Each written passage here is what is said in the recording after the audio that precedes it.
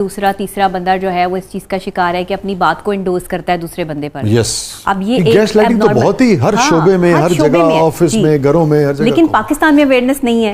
Abnormal psychology में बहुत कम लोग हैं जिनकी एक्सपर्टीज हैं। मैंने बिहेवियर और एबनॉर्मल दोनों पर काम किया है।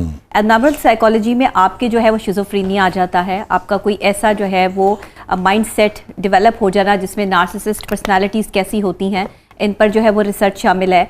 इसके अलावा मुख्तलिफ किस्म की ऐसी बीमारियां जो इंतहाई ख़तरनाक हैं, जहनी तौर पे नज़र नहीं आती, लेकिन एक इंसान जो है वो दूसरे इंसान के लिए ख़तरनाक हो जाता है। लाइक दिस डार्क साइकोलॉजी के हवाले से, जैसे कि आजकल बहुत ज़्यादा जो है वो कत्ल गारत हो रहा है, लोग अपने ही रिश्तों को जो है वो कत्ल कर रहे हैं। माँ जो है वो बच्चे के साथ कुछ जो है वो कत्ल कर रही है। सर्कमस्टांसेस कुछ भी हो सकते हैं, इमोशंस कुछ भी हो सकते हैं, बैकड्रॉप कुछ भी हो सकता है। ये तो पूरी इंसानी तारीख में रहा है ना। आज मैं तो समझा पार्लियामेंटेरियंस की बात कर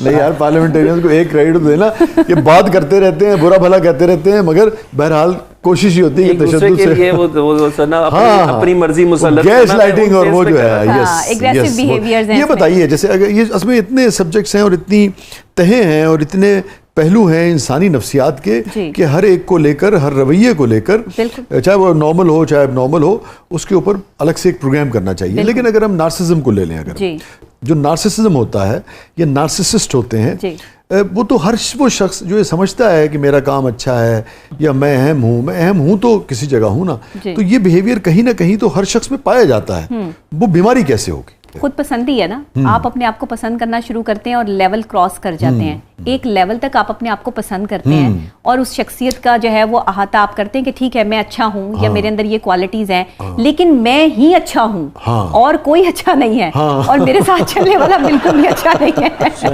सारी गलतियां उसी के अंदर है ना, जहाँ मैंने इशारा किया था। ये गलत है। ये एक नार्सिसिस्ट की बड़ी जो है वो बात होती है, वो मानता ही नहीं कि मैं गलत हूँ। सारी गलतियां भी खुद कर रहा होगा, ब्लेम गेम भी खुद डाल रहा होगा, दूसरे को जो है वो गलत साबित भी कर रहा होगा और कहेगा कि मैं तो बिल्कुल ठीक हूँ, तुमने ही किया जो किया है। जब इंसान को पता लग जाए कि उसके बिहेवियर में इस किस्म की चीजें जो है वो आती हैं, खुद भी जज कर लेता है ना बात को आदमी, तो क्या अपना भी खुद इलाज कर सकता है या किसी नफ्सियात दान के पास जाए बगैर, किसी की हेल्प लिए बगैर वो ठीक नहीं हो सकता? देखिए, दुनिया में वही लोग ठीक हो सकते हैं जो खुद से ये कोशिश करते हैं कि हम ठीक होना चाहते हैं। कोई भी डॉक्टर आपको तब तक ठीक नहीं कर सकता जब तक आप खुद ये कबूल ना कर लें कि आपने ठीक होना है। आपकी बीमारी कितनी ही क्रिटिक क्यों नहीं है, या आपकी बीमारी का जो है वो लेवल कितना ही इंक्रीज क्यों नहीं हो गया, उसको डिक्रीज आपकी विल पावर करेगी, आपकी इमोशंस करेंगी और आपका अपने आप को एक्सेप्ट करना करेगा। कितने लोग हैं जो रोजाना अपने आप से कहते हैं कि मैं अपने आप से प्यार करता हूँ? कितने लोग हैं जो रोजाना अपने आप से कहते हैं कि मुझे अपनी ज़ात जो है वो कबूल है? आप सिर्फ निकाह नामे पे ही देखते हैं कि वहां पर ही कबूल है कबूल है कबूल है हो रहा होता है, लेकिन उस सर्कमस्टांसेस को भी नहीं जानते कि जिसको कबूल है कबूल है कबूल है कह रहे हो, उसको खूबियों और खामियों समेत कबूल कर रहे हो। सिर्फ खूबियों समेत तो नहीं कबूल कर रहे, और जहेज समेत है, और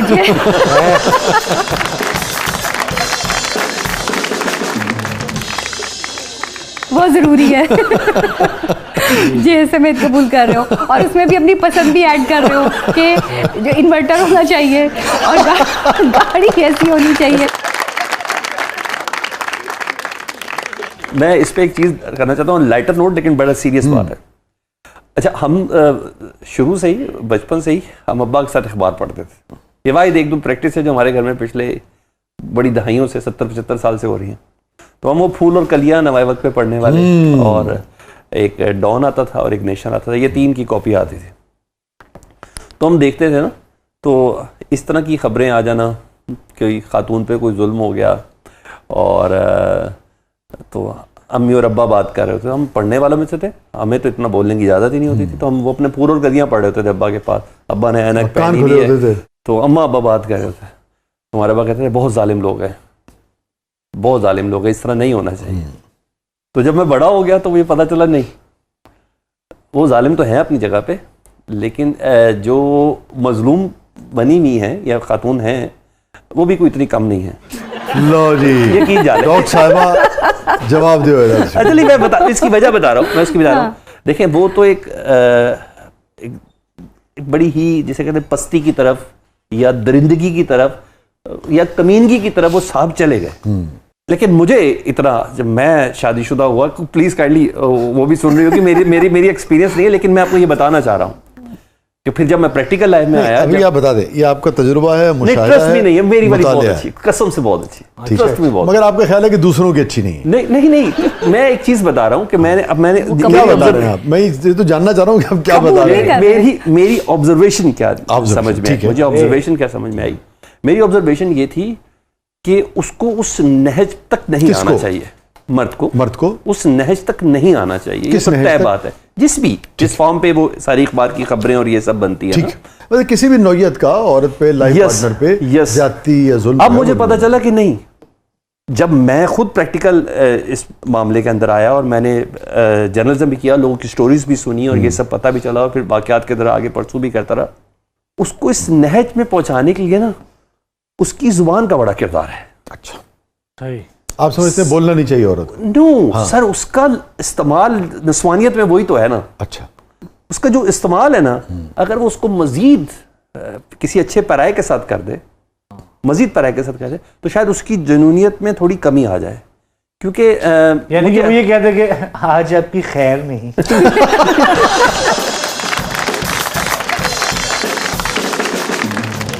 आप भी मर्दों के तो बड़े हक में हैं। अच्छा, मुझे लग रहा है कि ये मेरी वीडियोस देख देख की बात कर रहे हैं। खवातीन आपको ज्यादा पसंद नहीं करती। आपकी वीडियो देख के नहीं बात कर रहा, मैं अपने अब्बा को देख के बात कर रहा हूं। खवातीन आपको ज्यादा पसंद नहीं करती हैं। हाँ।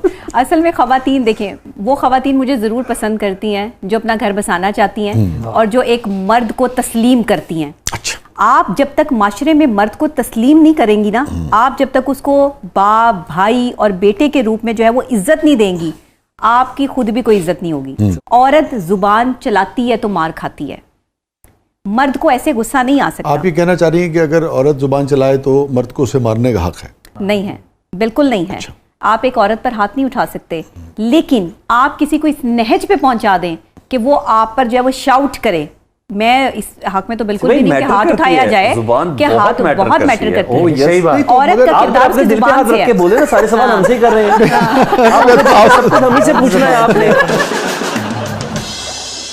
मैं समझता हूं कि जहां आपको लगे जी कि आप बर्दाश्त नहीं कर सकते, तो वहां हाथ चलाने के बजाय आपको उस रिश्ते से वॉकआउट कर जाना जी, बिल्कुल इंतहा ये है। बिल्कुल आप सही। समझाने की कोशिश करें, नहीं होता तो वॉकआउट कर जाए। मगर किसी भी नौयत की जबान चलाने के जवाब में, किसी भी सतह के जबान चलाने के जवाब में, मैं नहीं समझता कि किसी को हाथ उठाने की इजाजत है। मेरा ये मौक़िफ़ है। बिल्कुल ऐसा, इसको मैं 100% एग्री भी हूँ। ये तो हाथ उठाने की, ऑफेंस करने की तो किसी को इजाजत होनी नहीं चाहिए। शेर सुनाता हूँ आपको, छोड़िए शेर। बरसाओ कभी फूल भी तुम अपनी जुबान से, वाह वाह वाह। बरसाओ कभी फूल भी तुम अपनी जुबान से, देखो ये फकत आग लगाने के लिए नहीं। देखा, मैंने कहा था ना, दिल की हालत मैंने बताया, अपना बताया। मगर कैसी ही जुबान आग क्यों ना उगल रही हो, हाथ उठाने के लिए नहीं। मेरा ये हाथ उठाने के लिए नहीं। वैसे मैं एक छोटी सी और भी चीज बता दूं, हाथ उठाने का हम भी नहीं कह रहे। फैमिलीज में देख लें, बेवाएं ज्यादा है या रंडवे ज्यादा है, आपको अंदाजा हो जाएगा। पाकिस्तानी मुआशरे में आमतौर पर बेवाओं की तादाद ज्यादा है। हाँ जी, जी। मैं नाना नानी को ले लूं, मैं अपनी मिसाल ले लूं, दादा दादी को ले लूं, अम्मा अब्बा में से ले लूं, तो हमें पर खवातीन काफी अरसा तक जी काफी अरसा तक जी। हाँ, इसका ये तो बायोलॉजिकल वो है ना, पूरी दुनिया में। मगर सख्त तो मर्द था सर, जिस्मानी तौर पे मजबूत था, मगर बायोलॉजिकली जो एज के हवाले से, एज का ताल्लुक जिस्मानी तौर पे मजबूत होने से नहीं है सिर्फ।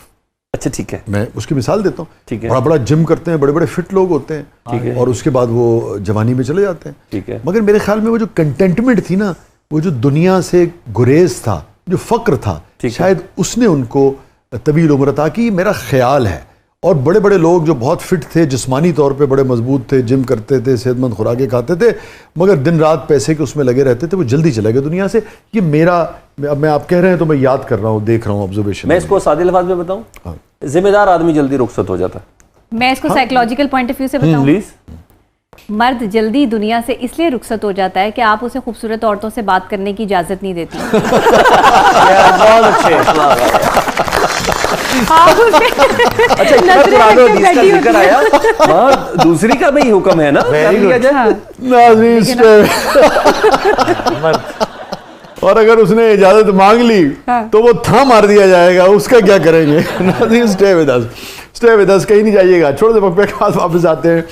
बहरहाल दिलचस्प डिस्कशन है, बहुत सारे लोगों को बहुत से दोस्तों की बातों से इख्तलाफ होगा, कुछ लोग इत्तफाक कर रहे होंगे। अच्छी बात यह है कि बात हो रही है और नबिया अपना पॉइंट ऑफ व्यू रख रही हैं, सलमान ने अपना तजुर्बा, मुताला और मुशाहदा जो